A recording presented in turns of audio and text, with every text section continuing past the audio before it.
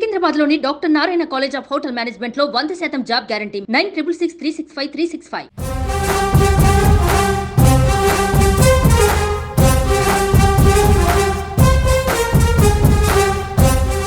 AP రాజకీయాల్లో జనసేనాని పవన్ కళ్యాణ్ ఇప్పుడు సంచలనం. దశాబ్ద కాలం తర్వాత 100% స్ట్రైక్ రేట్తో జనసేన దూసుకొచ్చింది. ఎవరికి అందని విధంగా ఎన్నికల్లో ఆ పార్టీ ఘన విజయం సొంతం చేసుకుంది. పవన్ కళ్యాణ్ అసెంబ్లీ గేటు కూడా తాకనివ్వమంటూ సినిమా డైలాగులు చెప్పిన వాళ్ళు నోళ్లు మూతపడ్డాయి. అయితే ఇప్పుడు నెంబర్ హాట్ టాపిక్ గా మారింది. ఆ నెంబర్తో జనసేనకు ఉన్న లింక్ ఏంటో ఇప్పుడు చూద్దాం.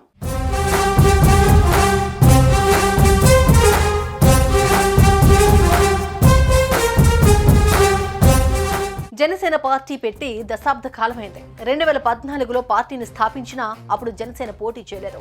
2019లో పోటీ చేసినా కేవలం ఒక్క సీటు మాత్రమే గెలిచింది. అప్పటి నుంచి పవన్ ఒంటరి పోరాటం చేస్తూనే వచ్చారు. 5 ఏళ్ల కాలంలో పార్టీని కాపాడుకోవడం ఒకెత్తైతే 2024 అసెంబ్లీ ఎన్నికలకు సమాయత్తమవుతూ పార్టీని తీర్చిదిద్దుకోవడం మరో ఎత్తు. ఈ రెండు విషయాల్లోనూ పవన్ తన పట్టుదలను చూపించాడు. Part time politician, package star అంటూ ప్రత్యర్థులు హేళన చేసినా పట్టించుకోలేదు. చివరికి పవన్ కష్టం ఫలించింది. ఆయన త్యాగాల్ని ప్రజలు గుర్తించారు. అందుకే 100% స్ట్రైక్ రేట్ తో 21 అసెంబ్లీ స్థానాల్ని, 2 పార్లమెంట్ సీట్లని కట్టిపెట్టారు. కూటమి విజయంలో తన పాత్ర గురించి ఎంత చెప్పినా తక్కువే. క్లిష్టమైన సమయంలో బీజేపీని బలవంతంగా కూటమిలోకి లాక్కొచ్చి ఇప్పుడు కేంద్రంలోనూ పట్టు సంపాదించే పరిస్థితి వచ్చిందంటే దానికి పవన్ కళ్యాణే కారణం.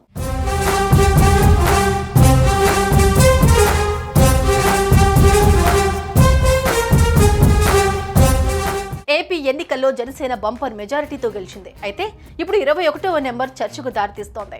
జనసేనకు 21 నెంబర్ బాగా కలిసొచ్చిందంటున్నారు. అసలు 21 నెంబర్కు జనసేనకు ఉన్న లింక్ ఏంటంటూ సోషల్ మీడియాలో చర్చ జరుగుతోంది. ఇక ఈసారి ఎన్నికల్లో పొత్తులో భాగంగా జనసేన సీట్లు 21 తీసుకుంది. ఎన్నికల్లో 21 సీట్లలో పోటీ చేసి 21 సీట్లను కైవసం చేసుకుంది. ఇప్పుడు మొత్తం జనసేనకు 21 మంది ఎమ్మెల్యేలు ఉన్నారు.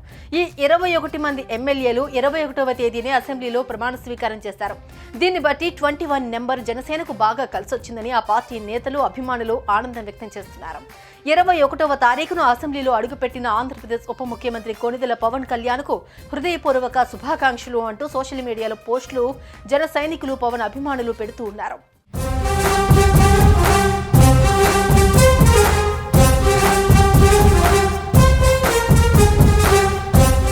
మొత్తంగా నెంబర్ 21 జనసేనకు కలిసి వచ్చిందని ఆ పార్టీ నేతలు, అభిమానులు ఖుషి అవుతున్నారు. మరోవైపు ప్రశ్నించడానికే రాజకీయాల్లోకి వచ్చా అని చెప్పిన పవన్ ఇప్పుడు కూడా ప్రశ్నిస్తారా? ఆయన ఓ సమస్యను భుజాలపై వేసుకుంటే దాన్ని ఎలా సాల్వ్ చేస్తారు? ఇవన్నీ ఆసక్తి రేకెత్తిస్తున్నాయి. వాటికి సమాధానం త్వరలోనే చూడబోతున్నాం.